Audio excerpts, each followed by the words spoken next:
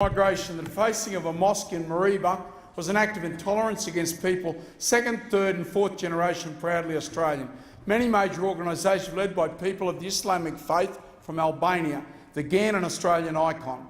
In contrast is the government continuing the policies of skills and family reunion, restricting migration from the homelands to only 130,000 of the 170,000, one-tenth of whom come from countries associated with terrorism. Finally, visa overstays Section 457s see 400,000 coming to Australia, whose population grows at only 150,000 as employment grows by only 180,000. The member's time has elapsed. I presume the question goes to Minister for Migration. I did say, Madam Speaker. the Minister for Immigration and Border Protection, I presume you mean. Thank you, Madam Speaker, and I thank the member for Kennedy for his question. As members in this House would know, Australia, I believe, is the most successful immigration nation on the planet.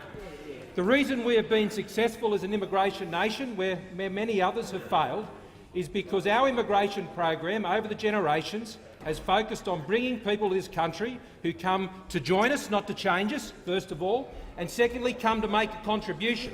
And that is the experience of migration to this country over decades and over generations. And this government, Madam Speaker, is going to continue with the policy of bringing people to this country who come to work, who come here to take part in our economy and to participate in a positive way in our society. But in doing so, Madam Speaker, there are things that need to be achieved when people come to this country, and that is to engage, and that is to involve, and that is to participate, and that is to integrate, Madam Speaker. And the reason for that is essential, because in doing so, that is how they realise the great Australian dream that they came to this country to enjoy. And we apply our immigration laws in this country, Madam Speaker, without respect to religion, without respect to ethnicity, without respect to language. The Minister will resume his seat. The member for Kennedy on a point of order. Strongly with what the Minister is saying, Madam Speaker. What is the point of order? But the point of order is that I'm asking him, are the current policies going to be reviewed? The point of order is not an opportunity. The member will resume his seat. As I've said time and again, the point of order is not repeating the question. The Minister has the call. Thank you, Madam Speaker. And what I'm seeking to explain to the member is that our policies that have been focused predominantly on skilled migration to this country has produced social cohesion in this country and is the reason we have the most integrated set of migration outcomes into this country. And we want to see that continue, Madam Speaker. That's why this government has ensured that we've maintained the level of skilled migration of the total intake at over 2/3. And I remind, Madam Speaker, members of the House, that under the Keating government, the proportion of the immigration intake in this country was less than 30% skilled.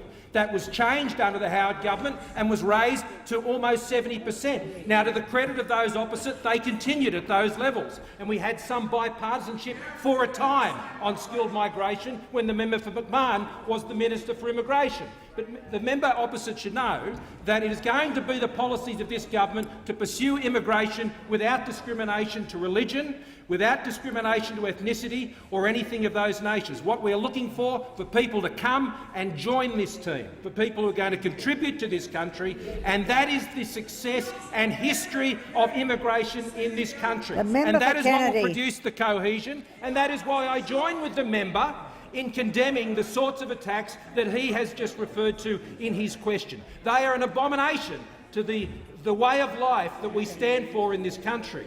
And the immigration policies that we've crafted over generations will be continued by this government because they're producing economic and social dividends for this country, and they're designed to produce unity, not division.